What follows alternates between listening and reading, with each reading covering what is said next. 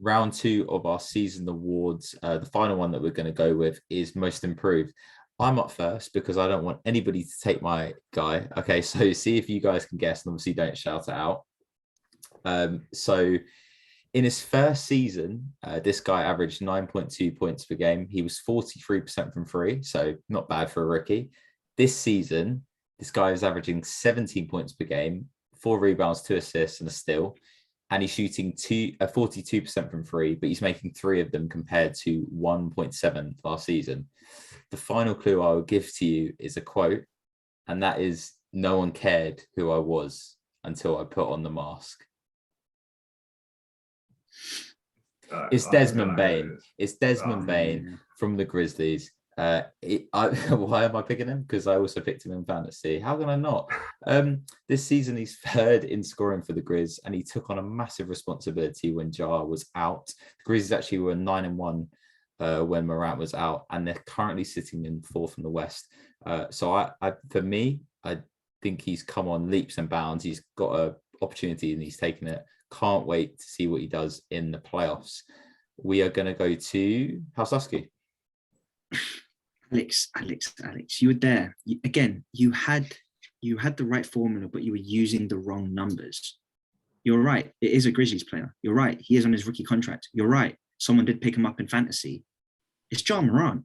He's turning into one of the best players in the league, or one of the best point guards in the league. He's arguably going to be an all-star starter in the West, which has always been an absolute battleground for point guards to make it.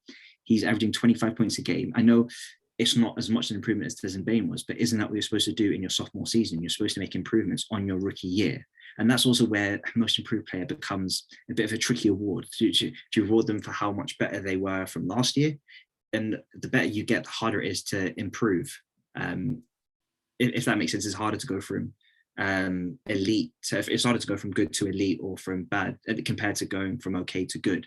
I think it's Ja Morant. He has now become arguably one of the key cornerstones in the NBA. If you're going to do a draft for franchises, going to do a reset draft, I think Ja would arguably go top 15, maybe top 10. If you were to build an NBA franchise, that's maybe where Ja would go. Man, I think that's fair, considering his youth as well. But I think it's Ja.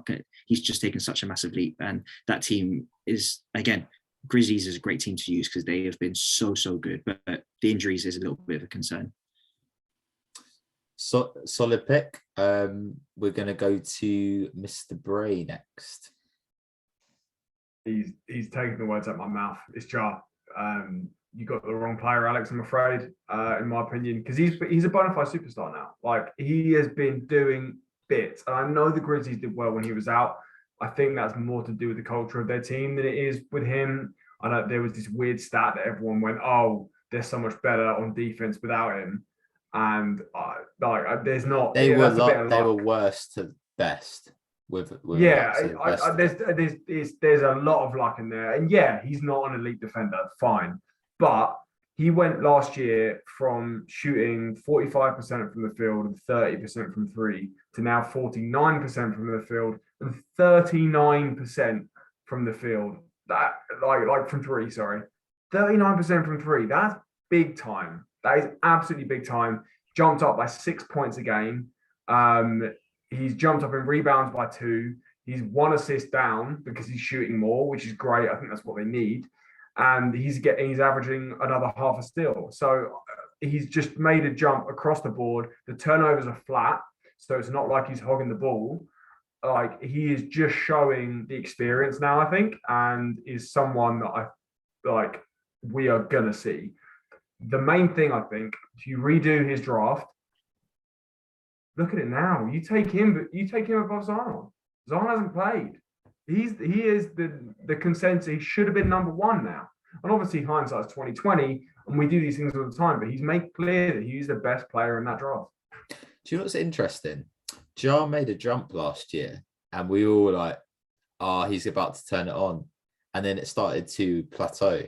So it's been good to see him take it to the next level. Also, to see how the team is playing. There's so much depth on the Grizzlies. I do generally think they're the deepest roster in the NBA. Yeah. Okay, Mr. Harris. Is there a consensus on Ja, or or are we going somewhere else? I'm gonna go somewhere else. I'm gonna go to Oakland. I'm gonna go to Golden State. I'm gonna go for Jordan Poole. Now, if you actually look at Jordan Poole's stats, they're actually pretty similar to what they were last season. Although there's two stats which do indicate why he's in the contention for most improved player, and that is his points per game, which is now at 17.5 versus 12 last year, and his minutes. He's now playing 30 minutes a game versus 20 last year, and he started 29 of the 32 games for the Warriors this season, where he'd actually only started 21 games in his whole NBA career before this season. So he's basically stepped up to the plate where the Warriors have needed him, and have the Warriors, well, look at where the Warriors were last season. They scraped into the play-in tournament. They obviously got beat by the Lakers in that play-in, but then now they're one of the top teams in the NBA, and Jordan Poole is a really big part of that. And he's shown that with the continuation of his game, he's not let that being that starter for a big team phase him. Yeah, well, I mean, he saved Steph Curry in that game when Curry only had 9 points and they beat the Heat. I mean, so it is very topical. I mean, Ed was about to say something. What were we going to say? Also, they lost to the Grizzlies in the play-in. Yeah, Matt, that's a pretty good shout as well. I'd also say another reason why it's a good shout is because he's playing for a better team and he's still having a big impact. I think it's easier to show most improved potential when you're playing for a bad team and you can bring them up. But the fact that he's having a big impact on an already really good team, I think speaks levels. They don't trust you unless you're that guy. The only thing I would say, to be devil's advocate, is I think he could have done it last year. If he had an extra 10 minutes, could he have been that guy? I think he could. Maybe, yeah. You know, granted, obviously the team's a bit different now than it was last year. And unfortunately for Matt, Clay's about to come and take his starting spot. You don't know that though, because you could see Poole in crunch time minutes, right? Yeah, if Clay's not firing all cylinders, fine, like sure. But I think, also I will point out that All-Star voting's bullshit because people have, like, Clay's the third most voted guard for All-Star, and he hasn't played a single game in 2 years. So first of all, man, at least people aren't picking Zaza Pachulia. I was just gonna say that. Jeremy Lin. That's by the by. But I think there's a lot of hype around Clay, and I think it'll be difficult for Kerr. He'll have to be really bad for him to play Poole over Clay. I think that's a tough one. It's Klay Thompson, like that's a big name. But you know, I hope he can continue to do it.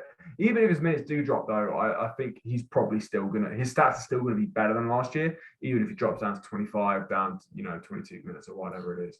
No. I'm gonna end on this. I'm really sorry, Tyrese Maxey. Oh yeah.